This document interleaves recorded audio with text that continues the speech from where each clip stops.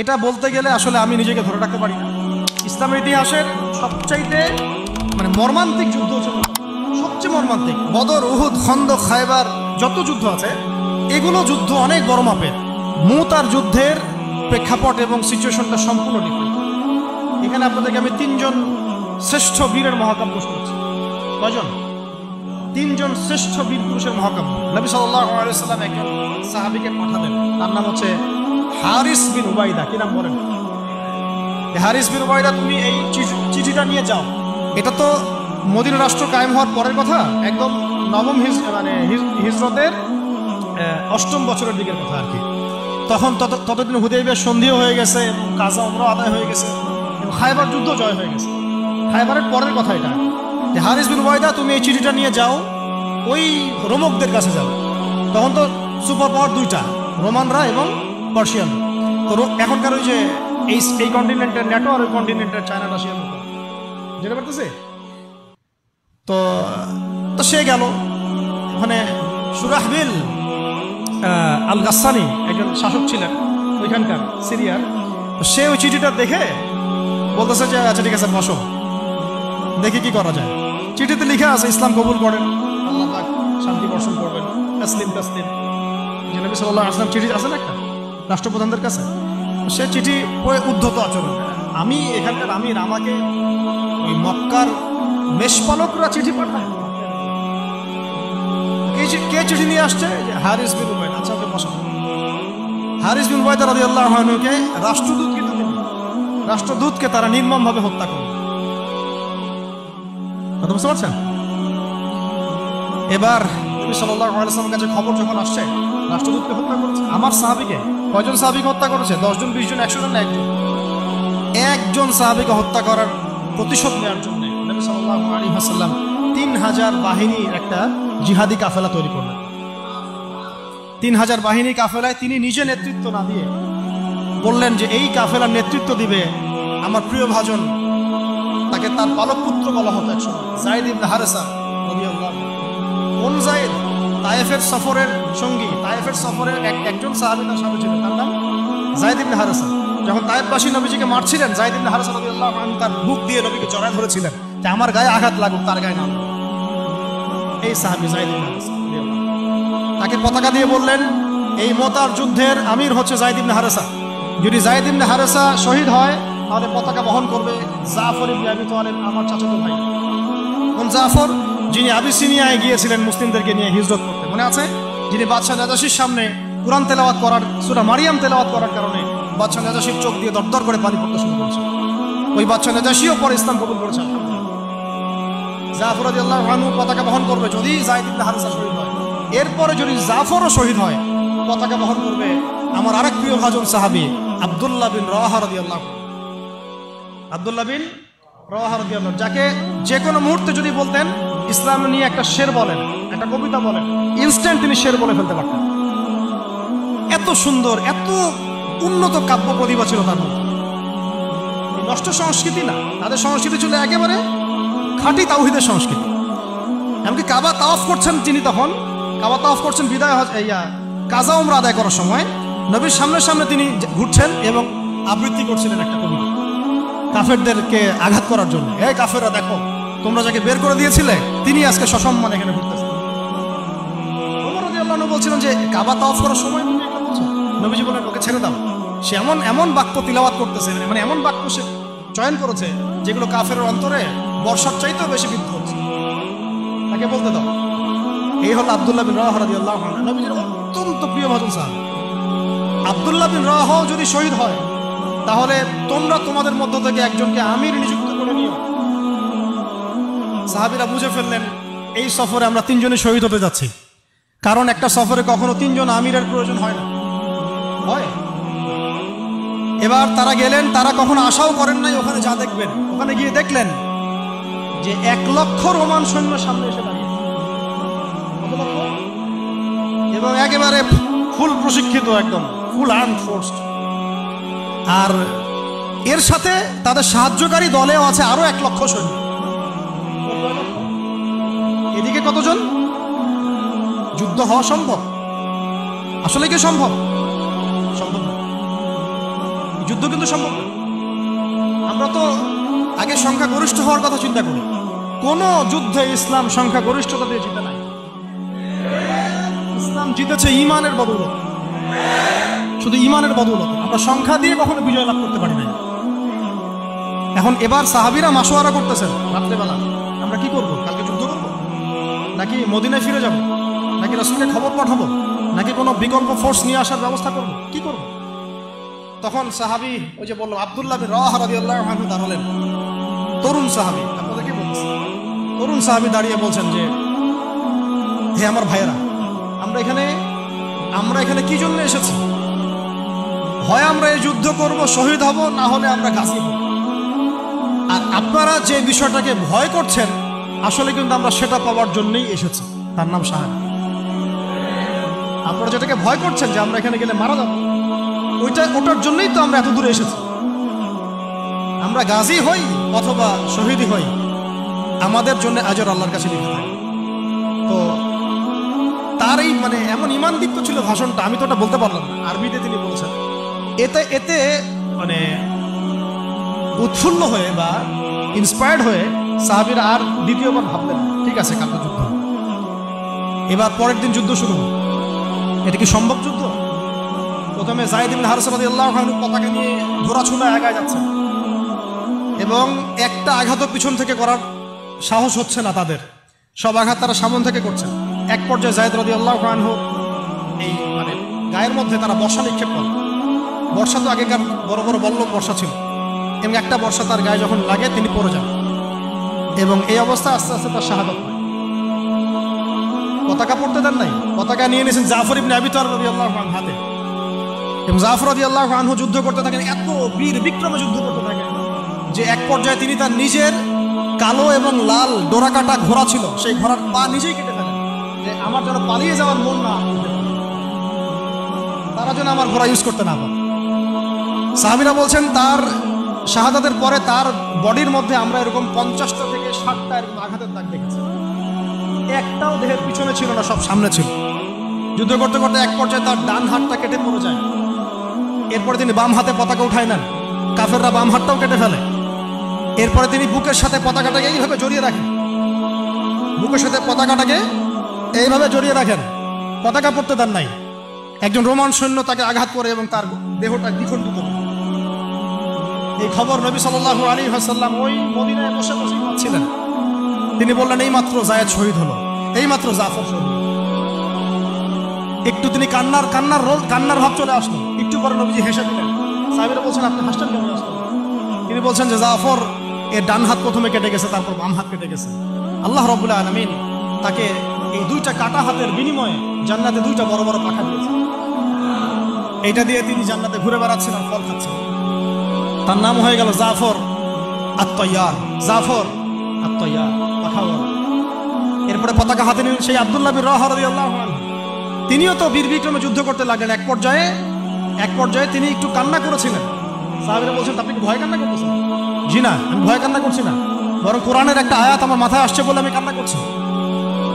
সে আয়াতটা ছিল সূরা মারিয়ামের মধ্যে, ওয়া ইম মিনকুম ইল্লা ওয়ারিদুহা কানা আলা রাব্বিকা হাতমান মাকদিয়্যা।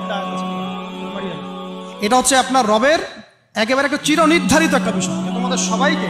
আমরা বলছি ওয়া ইম মিনকুম ইল্লা ওয়ারিদুহা কানা আলা রাব্বিকা হাতমান মাকদিয়্যা, মানে তোমাদের সবাইকেই আবশ্যিকভাবে, ম্যান্ডেটরি ভাবে এই জান্নাত জাহান্নামের উপর অবস্থিত এই পুলসিরাত পার হতেই হবে। এটা তোমার রবের একটা প্রাচীন একটা স্টেটমেন্ট, এটা তোমাকে করতেই হবে, সবাইকে করতে হবে। এই আয়াতটা মনে হয় আমার কান্না আসতেছে। একজন তাকে একটা হাড্ডিওয়ালা গোশত এনে দিয়েছিল, তিনি সেই গোশতটা খাওয়ার জন্য চেষ্টা করছিলেন, পরে একটা কামড় দিয়ে ফেলে দিয়েছেন। তারপরে তিনি ছুটলেন যুদ্ধ করার জন্য, এবং ওই সময় একটা কবিতা আবৃত্তি করেছে, হে আমার মন, তোমার নফস হয়তো চাচ্ছে, তুমি হয়তো চাচ্ছ এখান থেকে পালিয়ে যাওয়ার জন্য, জেনে রাখো সামনে তুমি যা দেখছো এর পিছনেই আছে জান্নাত। শেষমেশ কি জীবন দেখেন, কি ব্যক্তিত্ব, কি ক্যারেক্টার, কেমন গায়রত, কেমন ইজ্জত, কেমন সম্মান, কি জীবন। এরপরে তিনিও শহীদ হলেন, পতাকা হাতে তুলে নিলেন আল্লাহর বীর খালেদ বিন ওয়ালিদ, তাকে পতাকা দেওয়া। তিনি কিন্তু নতুন মুসলিম হয়েছেন। উহুদের যুদ্ধের যে ক্রাইসিস, এটা কিন্তু তার হাতে। কাজা উমরা আদায় করতে গিয়ে নবীজি চিঠি লিখে দিয়েছেন, ছোট্ট করে একজনের তারা লিখিয়েছেন যে খালিদকে চিঠিটা পৌঁছে দিও। ওখানে লেখা আছে, খালিদ তুমি যদি কাফেরদের পক্ষ অবলম্বন না করে মুসলিমদের পক্ষ নিতে, ঠিক আছে? একটা লেখা, একটা চিঠি খালিদ রাদিয়াল্লাহু আনহু একবারে কলিজাটা কাঁপায় ফেলছে। তিনি মক্কা থেকে মদিনায় গিয়ে নিজে ইসলাম গ্রহণ করেন এবং নবী সাল্লাল্লাহু আলাইহি ওয়াসাল্লাম তাকে কিন্তু আন্ডারস্টিমেট করেন নাই। তার হাতে উল্টা তরোয়াল উঠাই দিয়ে বলছেন যে আজকে থেকে এই তরোয়াল তোমার এবং তোমার নাম হচ্ছে সাইফুল্লাহ, তুমি আল্লাহর তরোয়াল। এরপর থেকে তিনি প্রায় 80-90টা যুদ্ধ করেছেন, সবগুলোতে জয়লাভ করেছেন। ওই খালিদ রাদিয়াল্লাহু আনহু পতাকা তুলে নেন মুতার যুদ্ধে।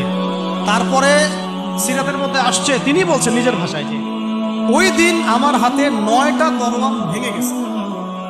যুদ্ধ করতে করতে করতে করতে ওই দিন আমার হাতে 9টা তরোয়াল ভেঙে গেছে। তিনি ছিলেন যুদ্ধ কৌশল অত্যন্ত পারদর্শী, হুটে হাটে কোনো কাজ করতেন, অনেক পারদর্শী। তিনি ডানের সৈন্যকে বামে নিয়ে আসছেন, বামেরটাকে ডানে নিয়ে গেছেন, সামনেটাকে পিছনে নিয়ে আসছেন, পিছনেটাকে সামনে নিয়েছেন।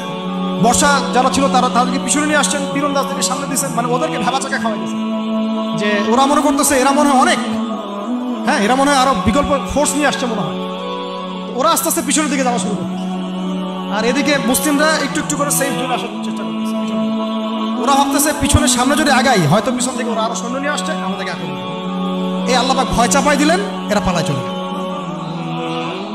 3000 সৈন্য নিয়ে 2 লক্ষ সৈন্যকে পরাজিত করা হয়েছে। খালিদ রাদিয়াল্লাহু আনহু বললেন আমার হাতে সেই দিন 9টা তরোয়াল ভেঙেছে, আর শেষমেশ ছোট্ট একটা ইয়েমেনি চাকু দিয়ে আমি যুদ্ধ করেছি। তাহলে চিন্তা করেন কত কাফের মারা গেছে। আর মুসলিমদের মধ্যে মাত্র 12 জন সাহাবী শহীদ হয়েছে। মাত্র 12 জনকে তারা মারতে পারছে, বাকিদেরকে মারতে পারবে? এইগুলো হচ্ছে মহাকাব্য, জাজল্যমান মহাকাব্য, যেগুলো আমাদের এই প্রজন্মকে জানানো উচিত এবং আপনাদের মাথায় থাকা উচিত। প্রত্যেকটা সংগ্রাম, প্রত্যেকটা বিপ্লব, প্রত্যেকটা অভ্যুত্থানের পিছনে যেন থাকে আল্লাহর সন্তুষ্টি, আল্লাহর দিন কায়েমের চেষ্টা, আল্লাহর দিনের খেদমতের চেষ্টা এবং ইনসাফ প্রতিষ্ঠার চেষ্টা, এবং জালেমের বিরুদ্ধে আমাদের অবস্থান সবসময় শক্ত থাকবে ইনশাআল্লাহ। এরকম অনেক ঘটনা আছে, আমি আজকে আর বলার সুযোগ পেলাম না। ইনশাআল্লাহ আরও একদিন আল্লাহ যদি তৌফিক দেন ইনশাআল্লাহ তাআলা আমি আপনাদের সাথে আবার এগুলো সেশন করবো ইনশাআল্লাহ। শেষ করার আগে আমি জাস্ট 2-1টা নাম উচ্চারণ করতেছি। সেটা হচ্ছে আমার খুব পছন্দের একজন ব্যক্তিত্ব, ইমাম হুসাইন রাদিয়াল্লাহু আনহু। নাম মনে আছে না? তার কারবালার মাঠের ঘটনা আপনারা জানেন। এইগুলো মহাকাব্য। তিনি সপরিবারে নিহত হলেন, শেষ পর্যন্ত কিন্তু আত্মসমর্পণ করেছেন। তিনি প্রস্তাব দিলেন আমাকে ছেড়ে দাও, আমি মদিনায় চলে যাই, আমাকে ছেড়ে দাও, আমি মক্কায় চলে যাই, ছেড়ে দাও আমাকে, আমি কোনো সীমান্তে চলে যাই, সেখানে জিহাদ করে শহীদ হই। তারা কিন্তু সুযোগ দেয় নাই। আমাকে বলেন যারা তাকে আক্রমণ করেছিল তারা কি কালিমা পড়া মুসলমান ছিল না? বলেন তারা কি কাফের ছিল? তাহলে এখন কি ইমাম হোসেন যে এখানে প্রতিবাদ করলেন, হাতে অস্ত্র উঠিয়ে নিয়ে যুদ্ধ করে শেষ পর্যন্ত শহীদ হলেন, তার যুদ্ধটা কি সন্ত্রাসী কর্মকাণ্ড ছিল? ঠিক অনেকে আছে আমাদের সমাজে, তারা মনে করে যে মুসলিমরা যতই পাপ করুক না কেন ওদেরকে কিছুই বলা যাবে না। এমন একটা কনসেপ্ট আমাদের সমাজে আছে, মুসলিম তারা ভাই কালিমা পড়ছে, লা ইলাহা ইল্লাল্লাহ বলছে, তাকে আপনি কেন এভাবে চার্জ করেন? আরে কালিমা তো আব্দুল্লাহ বিন উবাইও পড়েছিল। আব্দুল্লাহ বিন উবাই কি কালিমা পড়ে নাই? তাহলে কি আপনি তাকে মুমিন বলে গণ্য করবেন? মনে রাখবেন একটা কথা, যাকে তাকে কোনো ক্ষুদ্র বিষয়ে কাফেরও যেমন বলা যাবে না, আবার যাকে তাকে মুসলমানও বলা যাবে না। এটা বুঝতে হবে আমাদেরকে, ইমান ভঙ্গের কারণগুলো আমাদেরকে শিখতে হবে। যে যাকে তাকে যেমন আমরা কাফের তাকফির করবো না, একইভাবে যাকে তাকে মুসলমান পাক্কা মুসলমানও বলা যাবে না। আল্লাহ পাক আমাদেরকে বোঝার তৌফিক দান। ঠিক এইভাবেই উমর রাদিয়াল্লাহু আনহু একদিন ফজরের নামাজে দাঁড়িয়ে কিরাত করছেন, পিছনে এক দাস, এই ফাইরুজ আবু লুলু একেবারে ধারালো ছুরি দিয়ে উমর রাদিয়াল্লাহু আনহুকে 2-3টা আঘাত করলো। উমর রাদিয়াল্লাহু আনহু শহীদ হলেন। এগুলো মহাকাব্য রচিত হয়েছে, কারণ ইসলামের বীর সিংহদেরকে কেউ আসলে সামন থেকে মারতে পারে না। কথা বুঝতে পারছেন? ওইভাবেই চোরাগপ্তই মারতে হয়েছে। আল্লাহর কসম, উমর রাদিয়াল্লাহু আনহু যে জায়গায় শাহাদাত বরণ করছেন ওই জায়গায় আমি দাঁড়াইছি, ওই জায়গাতে আমি দেখে আসছি কোন জায়গায় তাকে শাহাদাত বরণ করেছে। ওখানে ওইসব জায়গাগুলো জিয়ারা করলেও মনের মধ্যে এই চেতনাগুলো জাগে। সুবহানাল্লাহ। আলী ইবনে আবি তালেব কুফার মসজিদে যাচ্ছেন, রাস্তায় এক ব্যক্তি তাকে চোরাগপ্ত হামলা চালিয়ে তাকে হত্যা করেছে। আল্লাহর বীর সৈন্যদেরকে কেউ সামন থেকে আঘাত করা শুরু হয় না। এগুলো হচ্ছে মহাকাব্য, জাজল্যমান মহাকাব্য। আরেকজন ব্যক্তির কথা জাস্ট বলে শেষ করে দিচ্ছি, অনেক আছে ভাই, বলতে থাকলে অনেক সময় লাগবে। রাজি একটা জায়গার নাম, ওখান থেকে কিছু লোক আসছে, এসে বলছে ইয়া রাসূলুল্লাহ আপনি আপনার কিছু সাহাবীকে পাঠান, আমরা ইসলাম কবুল করব। ট্র্যাপ। আপনারা কেউ ভালো করে খেয়াল রাখবেন এগুলা, যে কেউ যখন তখন যাই বলবে হ্যাঁ হ্যাঁ করতে যাবেন, মানুষের কথার পিছনে ওদের কাজের পিছনে উদ্দেশ্য বোঝার চেষ্টা করবেন, ঠিক আছে? সবসময় কিন্তু আবেগে ভাসতে হবে না। আমরা কিন্তু এই জায়গায় ভুল করতেছি, অনেক ভুল হচ্ছে মাঝখানে। আমরা বিনয়ের সাথেই তাদেরকে বলবো যে উলামায়ে কিরামদের সাথে মাশওয়ারা করে সিদ্ধান্ত নিতে, তাহলে ইনশাআল্লাহ ভুলটা কম হবে, ঠিক আছে? তো নবীজি 10 জনকে পাঠালেন, তারা দাওয়াত তো কবুল করেই নাই, হঠাৎ রাজি নামক জায়গায় তাদেরকে ঘিরে ফেলল, ঘিরে ফিরে 3 নিক্ষেপ করে 10 জন সাহাবী 7 জনকে শহীদ করে ফেলল। ট্র্যাপে মানে এমনও আছে যে ওয়াজ মাহফিলে ডেকে মানুষ মানে আলেমদেরকে মানে খারাপ কিছু বলতে পারে, হিস্ট্রি আছে। তো সতর্ক থাকতে হবে, সতর্ক থাকার চেষ্টা করে। এখন 3 জন সাহাবী যুদ্ধ চালিয়ে যাচ্ছেন, তার মধ্যে একজন হচ্ছেন খুবাইব রাদিয়াল্লাহু আনহু। কি নাম বলেন? খুবাইব রাদিয়াল্লাহু আনহু। খুবাইব রাদিয়াল্লাহু আনহুকে এক পর্যায়ে মানে আর কতক্ষণ পারা যায়, 100 জন ঘিরে ফেলছে, আমরা 10 জন, 3 জন 7 জন শহীদ হয়ে গেছে, 3 জন বাকি আছে, কতক্ষণ পারা যায়? তো তারা বললো যে তোমরা পাহাড় থেকে নেমে আসো, তোমাদেরকে ছেড়ে দিব। 3 জন মাশওয়ারা করছেন, না নামা যাবেন, নামলে কিন্তু ওরা আমাকে ধরে ফেলবে। তারপরে বাধ্য হয়ে এক পর্যায়ে নামতে হয়েছে, নামার সাথে সাথেই একজনকে তারা মেরে ফেলছে, বাকি 2 জনকে তারা মক্কায় বিক্রি করে দিয়েছে। ওই মক্কার 2 জনের মধ্যে একজন হচ্ছেন খুবাইব রাদিয়াল্লাহু আনহু। কি নাম? খুবাইব রাদিয়াল্লাহু আনহু। আরেকজন নাম আসিম রাদিয়াল্লাহু আনহু। আসিম রাদিয়াল্লাহু আনহুকেও তারা হত্যা করেছে এবং তার লাশটাকে বিকৃত করার চেষ্টা করেছিল। কিন্তু আসিম রাদিয়াল্লাহু আনহু ওই সময় দোয়া করেছিলেন, আল্লাহ আমার লাশকে কোনো কাফেরের হাতে বিকৃত হতে তুমি দিও না। যুদ্ধ করতে করতে কথাটা বলেছেন, কারণ তিনি বুঝতে পারছেন যে 100 জন ঘিরে ফেলছে, ওদের একটা ট্রেডিশন ছিল লাশ বিকৃত করা, আল্লাহ আমার লাশটাকে তুমি কোনো কাফেরের হাতে বিকৃত করতে দিও না। তখন আল্লাহ রাব্বুল আলামিন তার শাহাদাতে পড়ে এক ঝাঁক ভেমরুল পাঠায় দেন, তারা তার গায়ের উপর বসে পড়ে, কোনো কাফের তাকে হাত দিতে পারে না। আল্লাহ তাকে এভাবে সাহায্য করে। আর এইদিকে খুবাইব রাদিয়াল্লাহু আনহুকে বিক্রি করে দেওয়া হলো মক্কায়, তাকে জেলখানায় রাখা হচ্ছে। তো খুবাইব রাদিয়াল্লাহু আনহু জেলখানায় বসে আছেন, এটা একটু শুনেন আপনারা। জেলখানায় বসে আছেন, তার খুরের কাজের প্রয়োজন হয়েছে। ছেলেদের প্রয়োজন হয় না? খুরের কাজ তো বুঝতে পারছেন, অ্যাডাল্ট আপনারা। তো খুর চেয়েছেন, একটা খুর দাও। এখন কথা হচ্ছে খুবাইব রাদিয়াল্লাহু আনহু খুর চাইছেন, খুর দেয়া হয়েছে, তারা খুর দিচ্ছে। তো খুর কাজ শেষ করার পরে ওই কাফেরদের একটা বাচ্চা, ছোট বাচ্চা, তো দৌড়াদৌড়ি করতে গিয়ে ওই জেলখানায় ঢুকে গেছে, খুবাইব রাদিয়াল্লাহু আনহুর কাছে চলে আসছে। তো খুবাইব রাদিয়াল্লাহু আনহু কিন্তু পারতেন তাকে জিম্মি করে ওখান থেকে বের করতে, কোলে বসে আদর করতেছে যার বাচ্চা, সে তো আতঙ্কে, অবস্থা খারাপ, বাচ্চাকে মেরে ফেলা সমস্যা।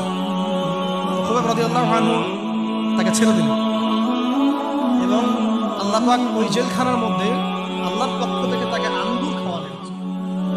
ওই সময় ওই আঙ্গুর কথা পাওয়া যাচ্ছে না, কিন্তু জেলখানায় তিনি বসে আঙ্গুর খাচ্ছেন। কাফেররা বলেছে নিজেরাই যে খুবাইবের চেয়ে শ্রেষ্ঠ কোনো বন্দী আমরা কখনো দেখি, খুবাইবের চেয়ে শ্রেষ্ঠ কোনো বন্দী আমরা কখনো দেখি না।